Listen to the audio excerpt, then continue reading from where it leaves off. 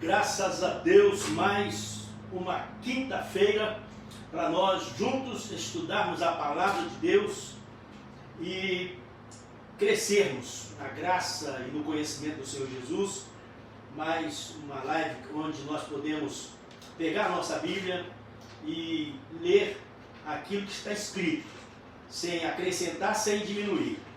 O problema é que às vezes nós mesmos, por causa da denominação que pertencemos, às doutrinas, da denominação, nós começamos a alterar ou falar coisas que a Bíblia não está dizendo, e vai passando isso de geração para gerações, e a heresia continua, os erros de doutrinas continuam, mas quando a gente começa a estudar unicamente a palavra de Deus e nos resguardar de qualquer vento de doutrina e também de tradicionalismos, que muitas vezes não é a doutrina correta da palavra. Então nós temos esse objetivo, principalmente durante esse período da pandemia, onde tanta doença, tanta angústia, tanta dor, tanta gente, tantos lares em luto, enlutado, tanta gente sofrendo, a coisa é braba mesmo, crentes, não crentes. Então, aqui na América, lá no Brasil e em muitos lugares, o mundo todo, a pandemia, a Covid-19 parou o mundo. Então, e fez o mundo sofrendo muito. Então, nós queremos ter essa esperança de que um dia tudo isso vai ter fim, e nós vamos falar sobre esse assunto hoje, dando continuidade ao assunto que nós começamos no domingo. No domingo nós falamos sobre a volta de Jesus em um só evento, falamos sobre para onde vai o espírito do morto, quando a pessoa morre, o salvo, para onde que vai o espírito, e do ímpio para onde vai, e não há outros meios a não ser dois meios, ou dois lugares para onde o espírito vai, que é o céu ou o inferno. E o céu não é o céu de Deus, nós estudamos isso. Nós lemos lá no Salmo 115, versículo 16, dizendo que os céus pertencem ao Senhor e a terra Deus confiou aos homens. E falando que Jesus subiu aos mais altos céus, e Ele habita nos mais altos céus, e esse céu para onde vai o espírito do morto é o terceiro céu, ou seja, o paraíso.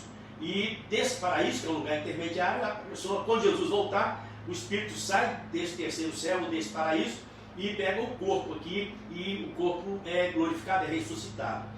E quem vai para o inferno também, no final, depois do milênio, a pessoa, o espírito sai do inferno e o corpo é ressuscitado para prestar conta diante do trono branco, e depois o inferno, a morte, todo mundo que não tem seu nome escrito no livro da vida é lançado no lago de fogo, onde já estão lá o falso profeta, segundo a palavra de Deus, já estão lá os falsos profetas, que são os primeiros habitantes do lago de fogo, é o falso profeta e o anticristo.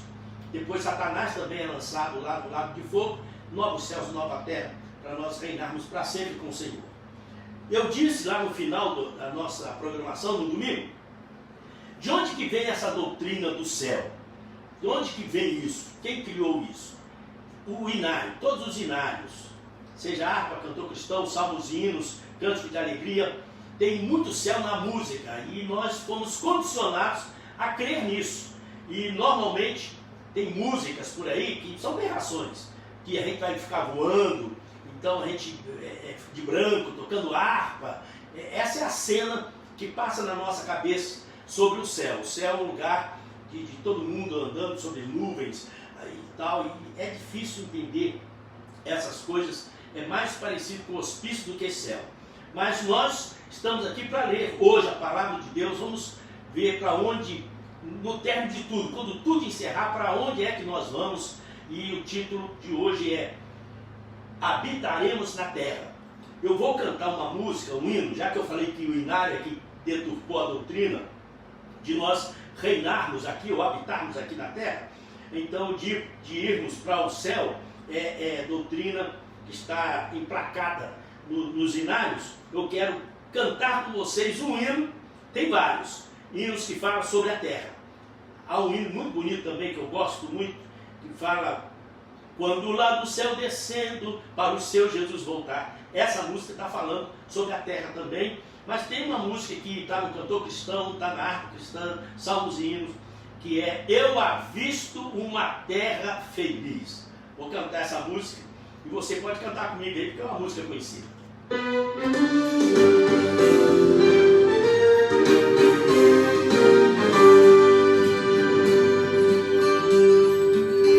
Eu avisto uma terra feliz, onde irei para sempre morar. Há mansões nesse lindo país que Jesus foi para mim preparar. Vou morar nessa terra celeste por vir. Vou morar nessa terra celeste por vir. Cantarei nesse lindo país belos hinos ao meu Salvador, pois ali viverei bem feliz, sem angústias, tristezas nem dor. Vou cantar nessa terra celeste por vir. Vou cantar nessa terra celeste por vir. Deixarei este mundo afinal, para sempre Jesus adorar, nessa linda cidade real. Em venturas sem fim vou estar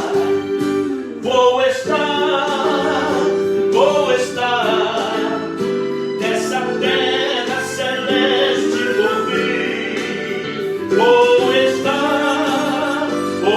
estar nessa terra celeste por vir.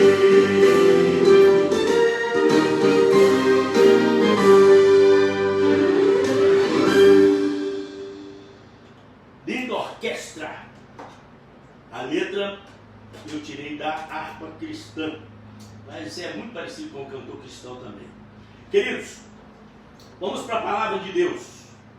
Falamos sobre novos céus e nova terra, vamos continuar falando, mas hoje eu queria, antes de ir propriamente para a palavra de Deus, gostaria de contar um pouco a minha história ministerial.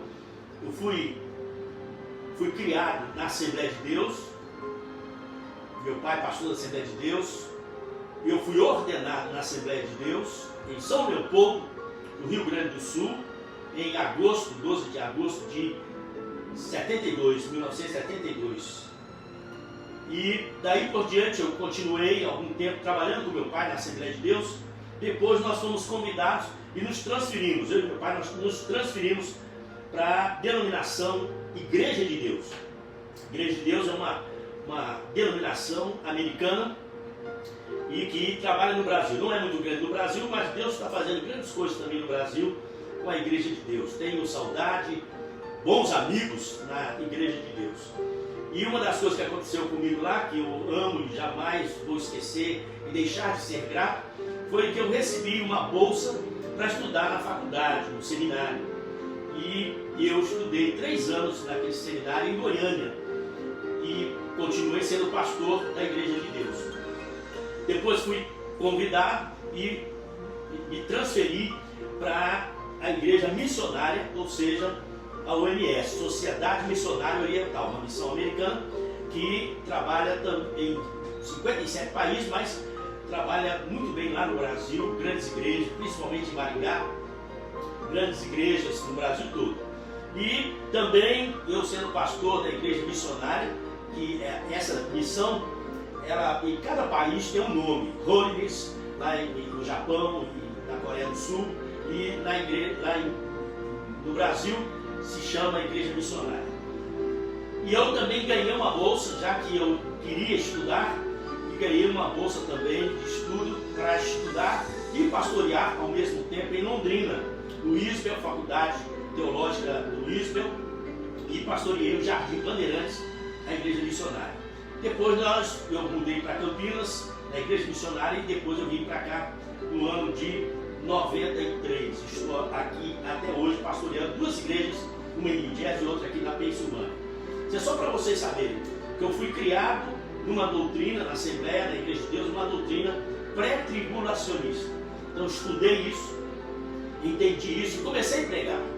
Até que em Santa Luzia, a primeira igreja que eu e a Marta estávamos pastoreando, depois de casados, eu fui pastorear Santa Luzia, Minas Gerais, pertinho de Belo Horizonte. E eu estava pregando sobre escatologia e lendo a Bíblia, lendo os comentários. De repente, eu percebi que Mateus, capítulo 24, não dava base para o pré-tribulacionismo. Aí eu pensei, eu não vou pregar mais sobre escatologia. Foi a última vez que eu preguei, e eu passei uns 5, 6 anos sem pregar sobre escatologia, sobre a volta de Jesus, porque eu não achei base sobre o pré-tribulacionismo. O que eu fiz foi estudar, até que eu estava já convencido de que o pós-tribulacionismo é a doutrina, é a teoria, se queremos chamar assim, que nos dá mais base na Bíblia, que a base dá mais estrutura. E com isso, então, eu comecei não só a ler a Bíblia, mas procurar comentários. E caiu na minha mão, por graça divina, uma apostila do pastor Oswald Smith. O pastor Oswald Smith é de Toronto, no Canadá, foi um grande pastor, uma igreja enorme, muita gente ia até Toronto, Canadá, para aprender com ele sobre missão, sobre como dirigir uma igreja, um cara fera, que já partiu para estar com o Senhor, no terceiro céu do paraíso. Eu li aquela apostila e ele disse que não dá base mesmo para o pré-tribulacionismo, que ele havia mudado. Aí me animou, eu falei, eu não estou sozinho nessa. Depois eu ouvi também o pastor Caio Fábio dizendo numa mensagem, eu sou antidispensacionalista e eu sou pós-tribulacionista. Eu falei, o que ele está falando? Eu nunca ouvi o pastor Caio pregar sobre volta de Jesus, nem nos seus livros ele toca nesse assunto. Mas ele disse essa frase, que ele era pós-tribulacionismo, e na época Caio Fábio era o pastor dos pastores no Brasil. Então eu falei, calma aí, então eu não estou sozinho nessa. Depois, lá no ISBEL, na faculdade, o reitor da faculdade, pastor Humberto Clevenger, eu conversei com ele e falei, olha, eu estou defendendo uma tese sobre a volta de Jesus em um só evento, pastor Clevenger, que não há arrebatamento, não há a volta de Jesus antes da tribulação, e ele disse, eu creio nisso também. Quando o pastor Clevenger disse isso, aí eu quase caí, eu falei, pastor Clevenger, não é possível, o senhor nunca falou? Ele falou, é um assunto muito difícil, Timóteo. Mas aí eu resolvi fazer a tese, e a tese virou aqui no meu livro, sobre a volta de Jesus em um só evento, para nós que eu estou estudando com você, a volta de Jesus em um só evento, já falamos. E esses homens, hoje, nós vamos falar sobre habitar na terra, aí também outro assunto que eu parei de pregar sobre ir para o céu, porque eu queria ter base bíblica para isso. Então, estudando, como eu fiz no domingo, mostrando os textos sobre os céus que existem, o terceiro céu que é o paraíso, onde nós vamos, e no final de tudo não tem esse negócio de ir para o céu e ficar no céu, nós vamos ficar na terra. Esse pastor aqui, Miles Monroe, esse pastor, ele não é esse livro aqui, esse livro está falando de liderança, que eu acabei de ler, tornando-se um líder, todos podem conseguir. Mas ele pregou um sermão também, um estudo sobre reinar na terra, me ajudou muito. E depois, o meu mentor, o homem de Deus, que partiu para o Senhor no ano passado, mas que era o meu mentor, que eu seguia, ouvia, e achava que ele era o maior teólogo do Brasil, se não do mundo. É o doutor Russell Shedd. Russell Shedd também pregava que nós vamos reinar na terra. Então, esses homens de Deus, teólogos, Luiz Saião, pastor e doutor Luiz Saião, também prega isso. Esses homens começaram a pregar e me deram também respaldo para eu dizer. Mas eu estou mais estruturado, mais baseado na palavra de Deus. E esses homens também, mas eu quero apenas ler com vocês a palavra do Senhor. E você tira a conclusão, leia e vê se tem como não crer naquilo que a palavra de Deus diz. Vamos orar para que Deus nos abençoe. Deus, nós cremos que a tua palavra é inspirada pelo Senhor, o sopro do Senhor está sobre a tua palavra.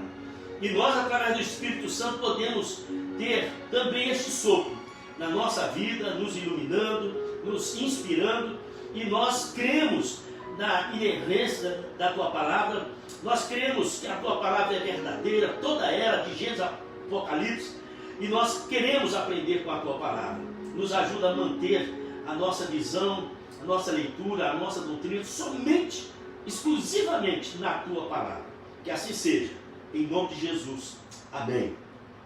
Queridos, vamos começar. Já que eu citei os textos, tantos textos no domingo, hoje eu quero ler 2 de Pedro, capítulo 3. Abre aí comigo. 2 de Pedro, capítulo 3, versículos 8. Eu poderia começar do 3, mas eu quero ler 2 de Pedro, capítulo 3, versículo 8. Olha só o que a Bíblia diz, o que o apóstolo Pedro está dizendo para a igreja, para mim e para você. Não se esqueçam disso, amados. Para o Senhor, um dia é como 1000 anos, e 1000 anos como um dia. O Senhor não demora em cumprir a sua promessa, como julgam alguns. Ao contrário, Ele é paciente com vocês, não querendo que ninguém pereça, mas que todos cheguem ao arrependimento. Eu vou tocar aqui nesse assunto antes de falar sobre a terra, porque está dizendo assim, que Deus não quer que ninguém pereça, mas que todos cheguem ao arrependimento. Se Deus quer, por que Ele não faz? Ou Ele não tem poder para fazer, se Ele quer e Ele não faz, ou Ele não tem poder, ou alguma coisa impede que Deus salve o mundo todo. Existe uma doutrina não muito difundida, que é salvação universalista, ou seja, Deus vai salvar todo mundo no final. É uma heresia completa. Não querendo que ninguém pereça, mas que todos cheguem ao arrependimento. Sabe o que impede uma pessoa de ser salva? A pessoa mesmo, o livre-arbítrio da pessoa impede de Deus salvar aquela pessoa, porque Deus respeita o livre-arbítrio, a sua opinião, a minha opinião. Só um preâmbulo aí para a gente saber que Deus não predestina, que Deus não vai salvar aqueles que não creem nele, aqueles que não aceitam Jesus como Salvador. Muito bem, agora vamos para o versículo 10. O dia do Senhor, porém, virá como ladrão. Texto também que a gente pode falar numa outra ocasião. Virá como ladrão no sentido de pegar o povo desprevenido, o povo sem esperar. Mas a Bíblia diz em 2 aos Tessalonicenses, capítulo 2, que nós não somos da noite, para que aquele dia nos surpreenda. Então, o Senhor não virá como ladrão para os salvos. Eu vou ler esse texto, quem sabe na próxima semana a gente fala sobre isso. Mas hoje aqui está dizendo que o dia do Senhor virá como ladrão. Os céus desaparecerão com um grande estrondo. Olha o dia do Senhor, grande estrondo, trombeta, barulho, e os elementos serão desfeitos pelo calor, e a terra e tudo o que nela há será desnudada. O texto que nós estamos lendo aqui está falando do final do milênio. Depois da volta de Jesus reinar 1000 anos, aí o que vai acontecer com essa terra? Visto que tudo será assim desfeito, que tipo de pessoas é necessário que vocês sejam? Aí o Pedro está recomendando, exortando a igreja: vivam de maneira santa e piedosa, esperando o dia de Deus. O dia de Deus é o dia do Senhor, e apressando a sua vinda. Naquele dia, os céus serão desfeitos pelo fogo. É céu e terra sendo desfeitos pelo fogo, e os elementos se derreterão pelo calor. Então essa terra vai ser desfeita. Já no início, em Gênesis capítulo 1 e versículo 1 e 2, no princípio criou Deus os céus e a terra. Essa terra aqui no versículo 1, no princípio criou Deus os céus e a terra, é a terra também que está sofrendo um caos, sofrendo uma condenação de habitantes que moravam nessa terra aqui antes de nós. Aí diz, versículo 2, e a terra era sem forma e vazia, havia trevas sobre a face do abismo, e o Espírito de Deus pairava sobre as águas. A terra sem forma. Como é que Deus cria uma coisa sem forma? Vazia, sem habitação e trevas. o Espírito de Deus parando sobre as águas. Aí Deus começa a recriar a terra. Haja luz, apareceu a luz no meio das trevas, haja terra, haja água, haja vegetação, haja os animais e tal. E no sexto dia ele criou o homem e colocou na terra recriada. Então existe a terra antes de ser recriada e a terra recriada para nós, os homens, habitarmos, e está tudo certinho com a terra em nós.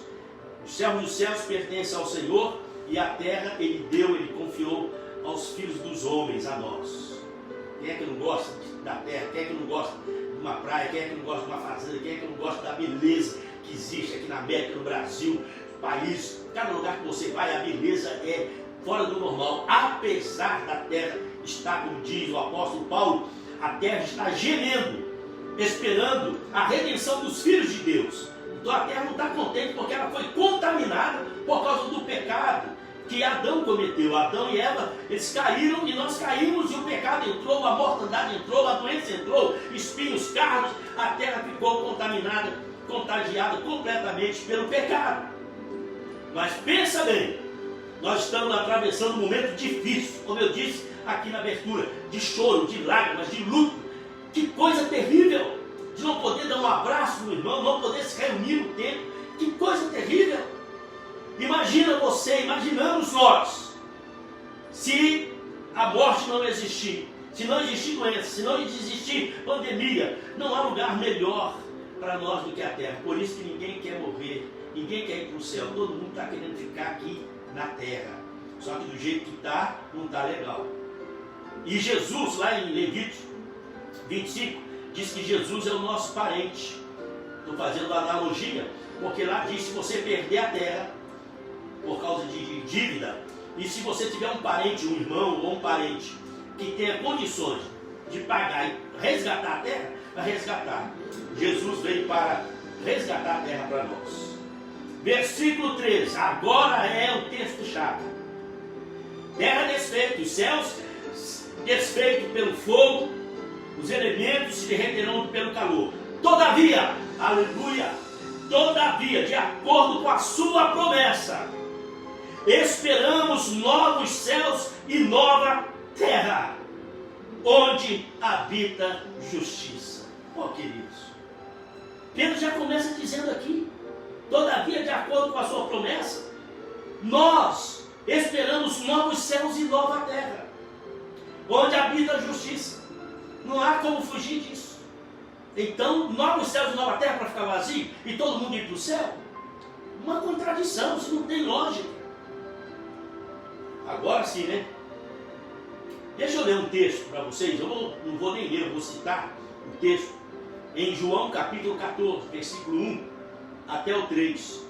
Que algumas pessoas usam esse texto achando que esse texto dá base para a gente ir para o céu. Mas olha só: não se turbe o vosso coração. Credes em Deus e credes também em mim. Jesus dizendo: na casa de meu pai há muitas moradas. Se não fosse assim, eu vos teria dito: vou preparar-vos lugar. E se eu for e vos preparar lugar, voltarei outra vez. Ele vai e ele volta. Voltarei outra vez e vos levarei para onde? Não para o céu. E vos levarei para mim mesmo. Eu quero que vocês venham para mim. Eu quero estar junto com vocês. Eu quero que vocês estejam comigo. E levarei para junto de mim, para que onde eu estou, a versão atualizada, para que onde eu estou, aqui na nova versão e na versão corrigida, diz: onde eu estiver, estejais vós também. O verbo correto é onde eu estou. E Jesus estava onde? Estava falando com os discípulos aqui na terra. Ele vai preparar lugar, a Nova Jerusalém, e ele desce. A Nova Jerusalém desce, não sobe. Vamos lá para o texto agora da Nova Jerusalém. Apocalipse capítulo 21.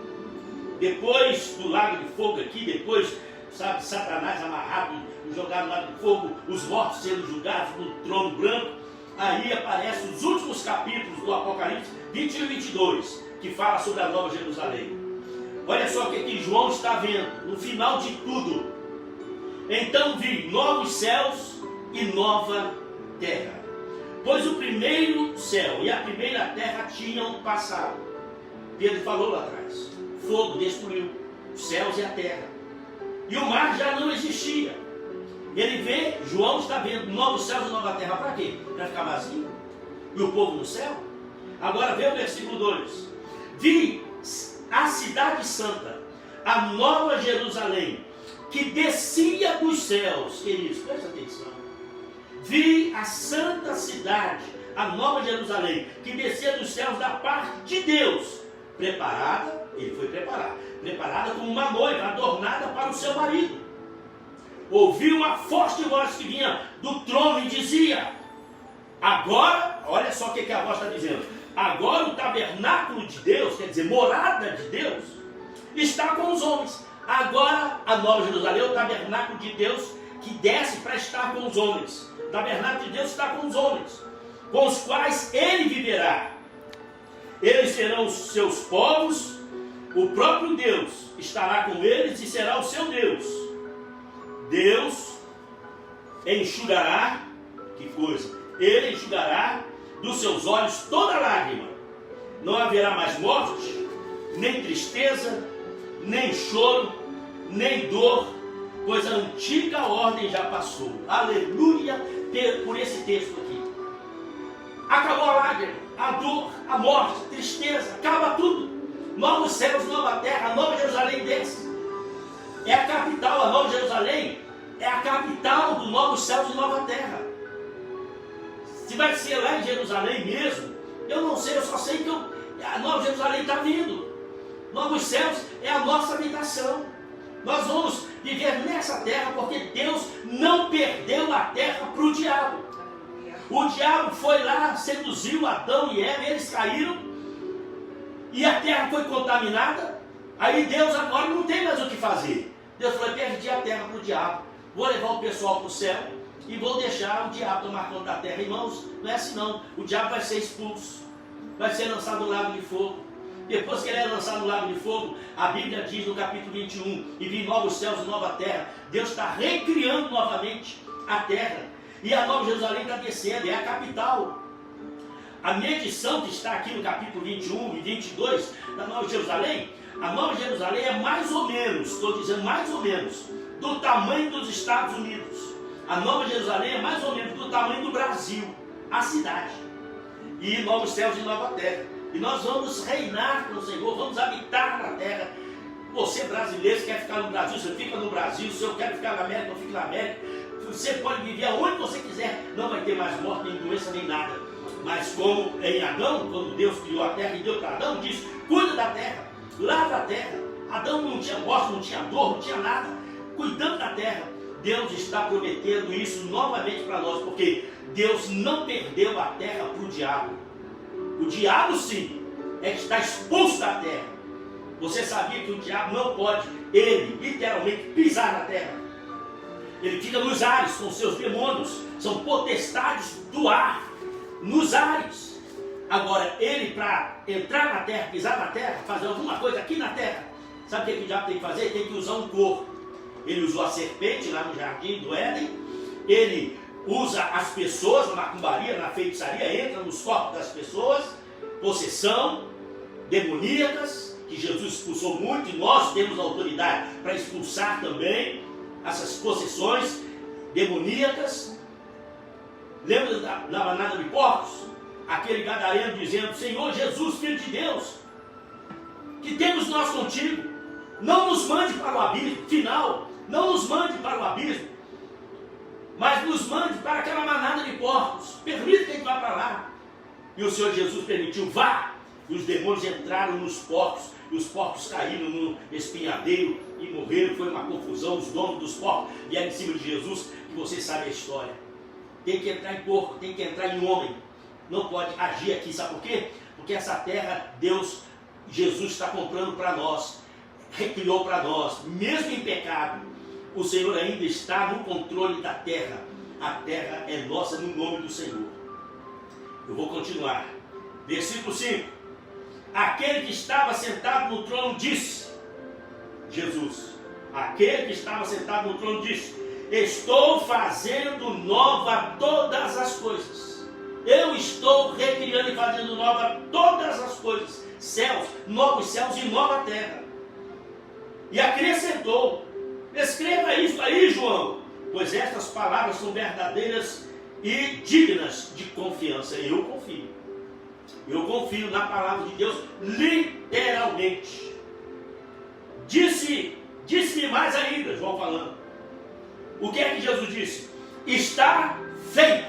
Está feito. É a palavra do Senhor Jesus lá no Calvário. Está consumado.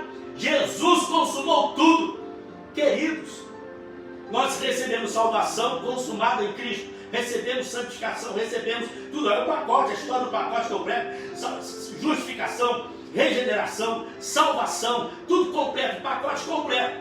Só existe um pacote que nós não abrimos ainda, que é a glorificação do nosso corpo, que é o Senhor acabar com a morte, nos dar um corpo para não morrermos, como Adão tinha antigamente lá no jardim do Éden.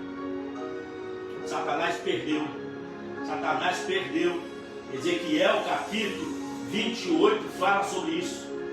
Estavas no Éden, jardim de Deus, toda a pedra era sua. Tu eras querubim protetor.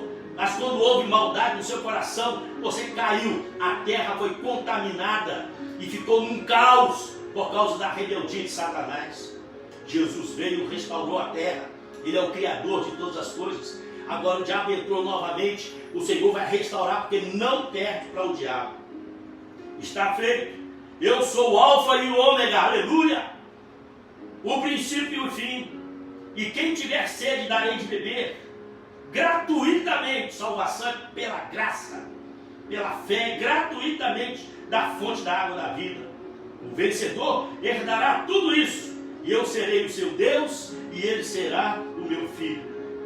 Mas preste atenção, tem o inferno, tem o lago de fogo. Mas os covardes, aqueles que não têm coragem de pregar a verdade, os covardes, os incrédulos, quem não crê, os depravados, os assassinos, os que cometem imoralidade sexual, os que praticam feitiçaria, os idólatras e todos os mentirosos, o lugar deles será no lago de fogo, que arde com enxofre.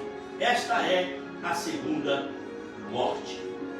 Aí depois os anjos vêm e pegam a vara para medir a Nova Jerusalém. Aí você já sabe o que é que diz a medição aqui da Nova Jerusalém, que é a capital da terra depois que Jesus reconstruir, reformar a terra.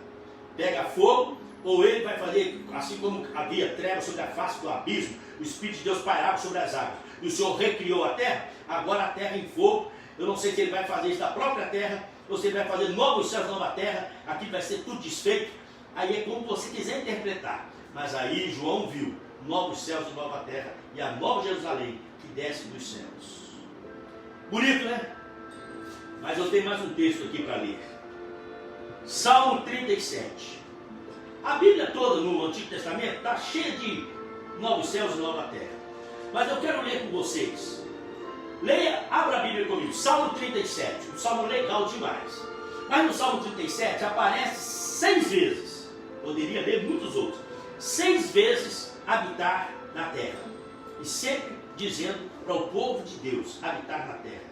37, versículo 3. Vamos começar o versículo 3. Deixa eu ver se eu estou certo aqui. Isso, versículo 3. Confie no Senhor e faça o bem. Assim você habitará na terra e desfrutará segurança. Então confie no Senhor e faça o bem. Assim você habitará na terra. Versículo 11. Mas os humildes receberão a terra por herança e desfrutarão pleno bem-estar. Mas os humildes receberão a terra por herança e desfrutarão pleno bem-estar. Presta atenção numa coisa. Esse texto aqui é o texto que Jesus citou no Sermão do Monte. O que é que Jesus citou no Sermão do Monte? Bem-aventurados os mansos, que aqui é traduzido por humildes. Bem-aventurados os mansos, porque eles herdarão a terra. Jesus disse, versículo 22. Aqueles que o Senhor abençoa receberão a terra por herança, mas os que ele amaldiçoa serão eliminados. Vou ler de novo. Aquele que o Senhor abençoa receberão a terra por herança, mas os que ele amaldiçoa serão eliminados, serão arrancados da terra. Versículo 27. Desvie-se do mal e faça o bem, e você terá sempre onde morar. Na outra versão, e você terá terra para morar.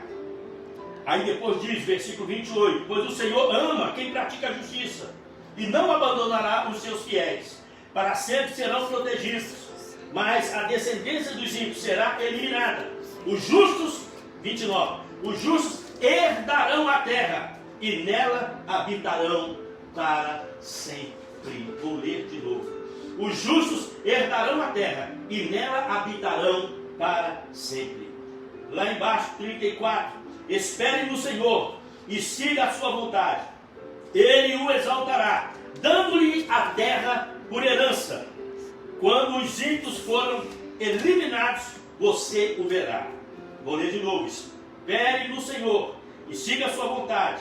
Ele o exaltará, dando-lhe a terra por herança. Quando os ímpios forem eliminados, você o verá. Queridos, só um preâmbulo aí no Salmo 37, que aparece 6 vezes: herdar a terra, habitar a terra, e para sempre, e os ímpios serão eliminados, serão jogados fora. Ah, meu Deus, eu poderia ler tantos textos aqui, mas o tempo já foi. Mas tem um texto em Malaquias que fala o seguinte: hoje não dá para saber, o último livro do Velho Testamento, no capítulo 3, diz assim que quando o Senhor agir, e esse texto aqui está dizendo o seguinte, está dizendo, Malaquias 3, 17, está falando sobre a diferença dos ímpios e dos salvos.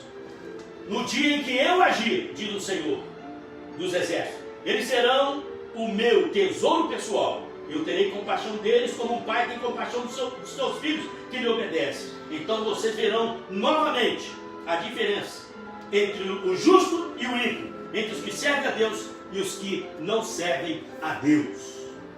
Coisa linda. Muito bem, está aqui só para vocês continuarem aí lendo a palavra de Deus, e depois eu vou trazer para vocês, na próxima lição sobre a escatologia, eu vou trazer para vocês sobre o conhecimento que nós temos da volta de Jesus, que o Senhor não nos vai pegar de surpresa, Ele vai avisar. Eu penso comigo, diante do texto que nós vamos ler na próxima mensagem, que realmente o Senhor Jesus, ele quando Ele voltar, Ele não pode pegar uma igreja do jeito que está, uma igreja fria, uma igreja sem preparo, uma igreja sem fervor, sem ardor por Deus. Vai acontecer um abalo, nós vamos falar sobre isso. Vai acontecer um abalo, a igreja vai estar muito mais fervorosa quando Jesus estiver voltando. Do jeito que está, não dá. A noiva tem que estar preparada para o encontro do noivo. Tem que ter azeite na lamparina para encontrar o Senhor nos ares de estar para sempre. E a igreja, eu oro aqui, você ora aí. É momento de fé. Qualquer dia desse eu trago uma mensagem para vocês que eu já preguei no templo da nossa igreja sobre transsignificação. Não, transubstanciação, que é a mudança dos elementos da ceia. Mas a transubstantificação. Transubstantificação é o que a fé faz com as coisas de Deus dentro de nós. Qualquer dia eu prego sobre transubstantificação, tá bom? Vamos nesse momento orar, colocar essas pessoas diante de Deus. É corrente de fé, é o elo aqui, ó, a fé que eu tenho em Jesus. Você que tem fé no Senhor Jesus, você ora aí, nós estamos unidos, nós estamos crendo no mesmo Senhor, num só Deus, num só batismo, numa só fé. É a corrente de fé. Deus, nós temos apresentado ao Senhor, mesmo sabendo que o Senhor conhece cada pessoa, o Senhor conhece cada nome, cada endereço, o Senhor conhece cada lágrima, o Senhor conhece cada coração. Nós sabemos disso, Deus, porque o Senhor é o Deus onisciente, é o Deus onipresente. O Senhor conhece, o Senhor sabe, e o Senhor é onipotente, o Senhor tem todo o poder nos céus e na terra. Por isso nós estamos trazendo essas pessoas diante do teu altar, para que o Senhor toque nestas vidas, curando enfermidades, repreendendo o mal, libertando vidas. Mais do que isso, Deus, nós declaramos: seja feita a tua vontade, assim na terra como nos céus. Que o Senhor haja. Acabamos de ler em Malaquias capítulo 3, 17. Quando eu agir, Deus, quando o Senhor age, ninguém pode impedir. Por isso nós queremos que o Senhor haja na vida dessas pessoas, nesses lares, em nome de Jesus, para a tua glória. Abençoa cada pessoa, cada lar enlutado, a dor da morte, a saudade. Consola, Deus, ameniza o sofrimento da humanidade, 5 continentes, ameniza, Senhor, em cada lugar, em cada continente, em cada país, ameniza, Deus. Só o Senhor tem poder para dar um basta no Covid-19, só o Senhor. Por isso nós cremos e oramos pela fé, no nome de Jesus, o nosso Deus. Assim seja. Amém. Amém, amados? Muito bom. O pessoal manda mensagem, obrigado. O pessoal elogia, o pessoal gosta, o pessoal... Mas também tem aqueles que não gostam, porque eu não estou pregando para agradar ninguém, eu estou pregando a palavra de Deus. Quando eu prego a palavra de Deus, e principalmente pregar literalmente a Bíblia, como eu tenho feito, então às vezes nem sempre agrada. As pessoas querem mais crer no tradicionalismo, na denominação, e a maioria também para mim não é problema, porque nem sempre a maioria está certa. Se fosse assim, a igreja cristã no mundo, a igreja evangélica não é a maior. A maioria está do outro lado, sabe? O mundo é muito maior. Nós somos um povo pequeno. O povo de Deus é um povo pequeno. E a Bíblia diz, muitos são chamados e poucos escolhidos. Então Deus chama todo mundo, mas poucos são realmente, poucos são os escolhidos. Graças ao Senhor, por aqueles também que continuam mantendo a obra de Deus, contribuindo com seus dízimos, ofertas, e nós temos saldado as nossas dívidas. Deus abençoe você. Aí eu vou ler, vou recitar o que a Bíblia diz em Apocalipse capítulo 22, 12, lá sobre a Nova Jerusalém, Novo Céu e Nova Terra, capítulo 22, 12, sabe o que diz lá? Eis que cedo venho, e a recompensa está comigo, e eu a darei a cada um, por aquilo que cada um tiver feito. A recompensa vem com ele, e ele vai recompensar cada um por aquilo que você faz. Recompensa para o povo de Deus. Eis que cedo vem, diz o Senhor, em Apocalipse 22, versículo 12. Um abraço, Deus abençoe muito você, e que nós possamos nos reunir novamente através da internet no próximo domingo, se Deus permitir. Que Deus vos abençoe abundantemente. Um abraço, fica ligado.